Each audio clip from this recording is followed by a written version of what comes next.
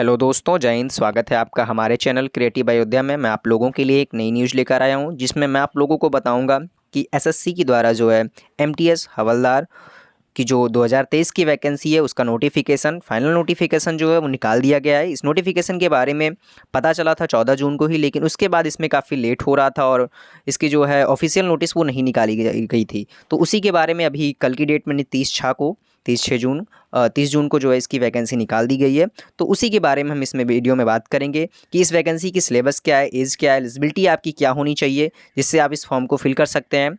और total post जो इसमें बताई गई है वो 1558 बताई गई है और बिल्कुल ऑफिशियल नोटिस है, उसी के बारे में हम बात करेंगे। और आप कहाँ से इस फॉर्म के लिए अप्लाई कर सकते हैं, साथ ही उसके बारे में हम इस वीडियो में बात करेंगे। तो आइए शुरुआत करते हैं इस वीडियो की। तो सबसे पहले मैं कुछ इंपॉर्टेंट डेट्स के बारे में आपको बता देता हूँ, जो कि कुछ इंपॉर्टेंट डेट्स इसकी ये हैं, देख सकते हैं आप स्क्रीन पे। Dates for submission of online applications, तो 30/6/2023 टू 21/7/2023, यानी 30 जून से लेकर 21 जुलाई तक आप इस फॉर्म को फिल कर सकते हैं।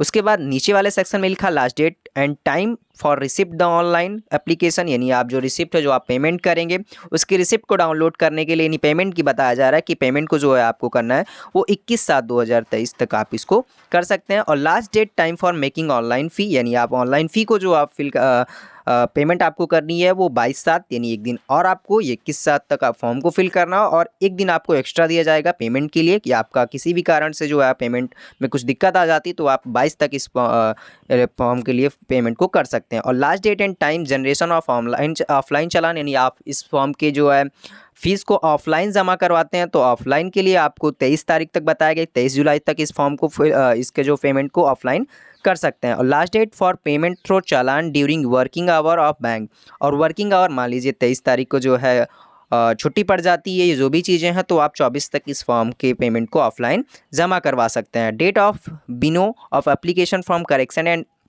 Online payment of correction charges, यानी आप जो है कुछ भी गलती कर दी है फॉर्म को फिल करने में तो उसमें करेक्शन के लिए जो डेट बताई गई है वो 26/7 से लेकर और 28/7, यानी 26 जुलाई से लेकर 28 जुलाई के बीच में आप इस फॉर्म को जो है करेक्ट कर सकते हैं।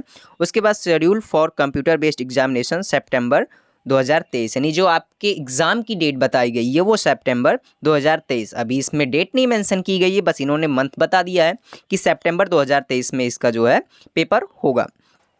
उसके बाद मैं आपको इसके कुछ वैकेंसीज डिटेल के बारे में बता देता हूँ। वैकेंसीज डिटेल इसकी क्या है, देख सकते हैं। Tentative vacancy for the post are under MTS, यानी मल्टीटास्किंग स्टाफ के अंडर जो है वो 1198 अप्रॉक्स लिखा हुआ है।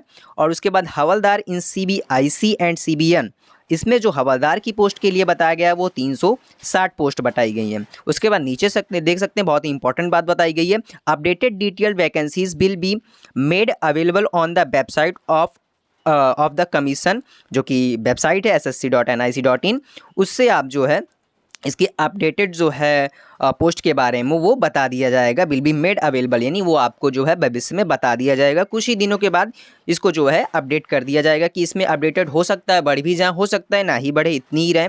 तो टोटल 1558 पोस्ट अभी जो है वो बताई गई हैं।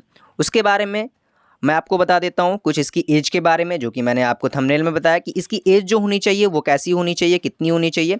देख सकते हैं इसमें लिखा हुआ है the crucial date for age reckoning is fixed as 1/08/2023, यानी 1/8/2023 in accordance with the provisions of the DPNT OM number, इतना वगैरह से सारी चीज़ें बताई गई हैं। तो इसमें जो मेन आपको मैं बता देता हूँ वो आपकी जो उम्र होनी चाहिए 28 से 25 वर्ष, 28 से 25 वर्ष आपकी जो उम्र होनी चाहिए वो होनी चाहिए। और आप 1 अगस्त से पहले इस उम्र को जो है कंप्लीट कर चुके हैं, यानी 1 अगस्त से पहले आप 18 साल के हो चुके हों, और 1 अगस्त से पहले अगर आप जो है 25 साल के भी हो गए हैं, 26 साल के हो गए, 25 को आप क्रॉस कर चुके हैं, तब भी आप इस फॉर्म को नहीं फिल सकते। 18 का पूरा होना चाहिए आपको और 25 के अंदर होना चाहिए, तब आप इस फॉर्म को फिल कर सकते हैं। ये एमटीएस के लिए, एमटीएस और हवलदार के लिए, सीबीएन के लिए, और जो सीबीआईसी पोस्ट है हवलदार की उसके लिए जो है 18 से 27 साल आपकी बताई गई है। तो ये आपकी एज के बारे में डिटेल थी। आगे मैं आपको बता देता हूँ जो कि है इसके कुछ जो कंप्यूटर बेस्ड एग्ज़ाम होगा इसका, ये किस तरीके किस पैटर्न पे होगा वो सारी चीज़ें बता देता हूँ। तो इसमें 2 सेशन होंगे। सेशन जो पहला होगा वो न्यूमेरिकल एंड मैथमेटिकल अवेलेबिलिटी, यानी आपका जो मैथ का पेपर होगा वो सेशन 1 में मैथ और रीजनिंग का, देख सकते हैं नीचे लिखा है reasoning ability and problem solving, यानी रीजनिंग का और मैथ का जो होगा वो सेशन 1 में होगा, जो कि 20 क्वेश्चन होंगे, हर एक क्वेश्चन 3 नंबर का होगा। तो टोटल जो मार्क होंगे उसके वो 60 नंबर के होंगे, और 20 क्वेश्चन, दूसरा वाला रीजनिंग भी वही है, 20 क्वेश्चन 60 नंबर के। उसके बाद time duration for all 4 parts, यानी आपको चारों पार्ट्स के लिए जो टाइम दिया गया है 45 minute 60 minutes for candidates eligible for the scribes as para 8, यानी पैरा 8 में बताया गया नहीं, इसके लिए आपको 45 मिनट मिलेंगे। दोनों सेक्शंस को आप, ये जो पहला सेक्शन है इसको कंप्लीट करने के लिए जो दोनों बताए गए मैथ और रीजनिंग के लिए आपको 45 मिनट मिलेंगे। उसके बाद जो सेशन 2 है जिसमें जनरल अवेयरनेस यानी जीके के बारे में पूछा जाएगा, और उसके बाद जो है इंग्लिश लैंग्वेज और कंप्रीहेंशन यानी इंग्लिश की जो पेपर होगा वो दूसरे सेक्शन में होगा, जीएस और इंग्लिश का जो पेपर होगा दूसरे सेक्शन में होगा। इसमें 25-25 क्वेश्चन आएंगे, और हर एक क्वेश्चन जो होगा वो 3-3 नंबर का होगा, और 25 क्वेश्चन 3 नंबर के यानी 75, 25 क्वेश्चन 3 नंबर के यानी 75, तो 75-75 यानी 150 नंबर आपका जो होगा दूसरा सेशन होगा, और यही आपका जो होगा मेन, इसी के बेस पे आपकी कट ऑफ बनेगी। ऊपर जो सेशन फर्स्ट है वो आपका क्वालिफाइंग नेचर का, यानी वो आपको सिर्फ बीट करना है, उसके बेस पे आपका जो है वो कट ऑफ नहीं बनेगी। इसमें भी आपको 45 मिनट में ही मिलेंगे। तो ये आपकी कंप्यूटर बेस्ड एग्ज़ाम जो होगा उसकी डिटेल्स थी।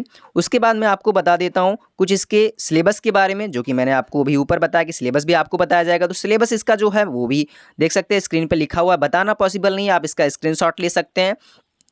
इसका ये मैं आपको डाउनलोड करना भी सिखाऊंगा कि कहाँ से आपको इसका जो सिलेबस आपको मिल सकता है।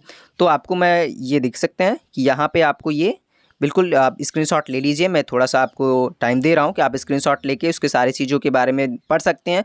इसको बताने में काफ़ी टाइम लगेगा, अगर आपको नहीं समझ में आता तो आप कमेंट में पूछ सकते हैं।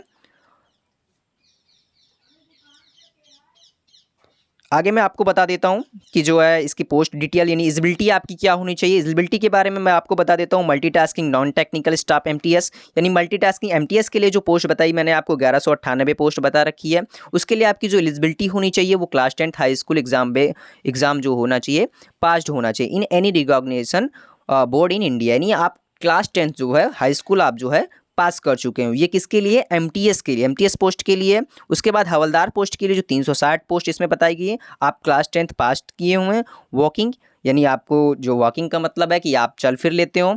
मेल के लिए जो है वो बताया गया कि वॉकिंग मतलब दौड़, सॉरी वर्किंग के मतलब कि जो है दौड़, आपकी दौड़ जो होनी चाहिए मेल के लिए होनी चाहिए 1600 मीटर इन 15 मिनट, यानी आपको जो है 15 मिनट में 1600 मीटर जो है वो दौड़ना रहेगा, मेल के लिए है ये। और फीमेल के लिए है 1 किलोमीटर इन 1 किलोमीटर इन जो बताया गया 1 किलोमीटर इन 20 मिनट्स, यानी आपको 1 किलोमीटर चलना है। जो फीमेल्स हैं उनके लिए 1 किलोमीटर उनको जो है दौड़ना रहेगा, और वो 20 मिनट्स में, यानी जो है 20 मिनट्स में उनको जो है ये करना रहेगा। हाइट जो है मेल के लिए हाइट बताई गई है 157.5 सेंटीमीटर, और फीमेल के लिए बताई गई है 152 सेंटीमीटर। उसके बाद मोर डिटेल्स के लिए मतलब बताया गया, नोटिफिकेशन को आप पढ़ सकते हैं। चेस्ट जो मेल का होना चाहिए वो 81 से 86 सेंटीमीटर होना चाहिए। तो ये इतनी सी जानकारी ये आप लोगों के लिए थी। उसके बाद आगे मैं आपको बता देता हूँ अब कि आप जो है नोटिफिकेशन कहाँ से डाउनलोड कर सकते हैं, और साथ ही आप अप्लाई कहाँ से कर सकते हैं। तो आपको अपने गूगल या क्रोम ब्राउज़र पे सर्च में डालना है एसएससी। आप एसएससी जो है इंटर करेंगे तो आपको फर्स्ट वेबसाइट दिखाई देगी स्टाफ सिलेक्शन कमीशन की। स्टाफ सिलेक्शन कमीशन के ऑफिशियल वेबसाइट पे जो कि ssc.nic.in होगी, इस पर आपको क्लिक करना रहेगा। क्लिक करने के बाद आप जब नेक्स्ट पेज पे पहुंचेंगे कुछ इस तरीके से इंटरफेस दिखाई देगा। तो यहाँ पे देख सकते हैं एक बीच में सेक्शन बना हुआ लेटेस्ट न्यूज़ का। लेटेस्ट न्यूज़ पे सेकंड नंबर पे आपको दिखाई देगा notice of multitasking non technical staff and havildar CBIC and CBN examination 2023। तो इस पे आपको क्लिक करके आपको नोटिफिकेशन मिल जाएगा, जिसमें आपका सिलेबस और सारी चीज़ें जो है वो मेंशन रहेंगी। तो आप वहाँ से भी सिलेबस को पढ़ सकते हैं, या फिर मैंने आपको बता रखा है कि आप इसका स्क्रीनशॉट लेके सही से पढ़ सकते हैं। अगर आपको सिलेबस में कोई डाउट रहता तो आप पूछ सकते हैं, या पूरी वीडियो में आपको कोई डाउट है कि कोई चीज़ नहीं समझ में आई है तो आप कमेंट में पूछ सकते हैं। अब अप्लाई कहाँ से कर सकते हैं आप? अप्लाई के लिए आपको देख सकते हैं राइट कॉर्नर पे बना हुआ है लॉगिन। यहाँ पे आप अगर पहले से ही किसी एसएससी के फॉर्म को फिल कर चुके हैं कर चुके हैं तो आपको जो है यूज़र नेम यानी रजिस्ट्रेशन आईडी मिली होगी और पासवर्ड मिला होगा, उसको आप इंटर करके कैप्चा इंटर करके आप जो है लॉगिन करके वहाँ से फिल कर सकते हैं। कुछ आपकी डिटेल्स पूछी जाएंगी, वहाँ पे आपका डैशबोर्ड खुल जाएगा, वहाँ से आप कर सकते हैं। दूसरा, अगर आपने नहीं कर रखा है तो नीचे देख सकते हैं न्यू यूज़र का बना है रजिस्टर नाउ। यहाँ पे आप रजिस्टर नाउ पे क्लिक करके आपकी कुछ पर्सनल डिटेल्स सारी चीज़ें मांगी जाएंगी, फिर आप वहाँ से जो है ईमेल आईडी फ़ोन नंबर ये सारी चीज़ें आपकी जो है क्वालिफ़िकेशन यानी एजुकेशन के बारे में पूछा जाएगा। वहाँ से आप रजिस्ट्रेशन करके फिर आपको रजिस्ट्रेशन नंबर और पासवर्ड वहाँ पे बनाना रहेगा और वहाँ से आपको मिल के फिर आप यहाँ से लॉगिन करके आप इसको जो है फिल कर सकते हैं। तो बस इतनी सी जानकारी आप लोगों के लिए थी। अगर वीडियो हेल्पफुल रही हो तो वीडियो को लाइक कर दीजिए, चैनल को सब्सक्राइब कर दीजिए और ज़्यादा से ज़्यादा शेयर कर दीजिए, जिससे ज़्यादा से ज़्यादा बच्चों के पास ये न्यूज़ पहुंच सके और वो भी अपना आसानी से जो है इस वैकेंसी की डिटेल्स को समझ सकें, कोई उनके मन में डाउट ना रहे। तो जी धन्यवाद।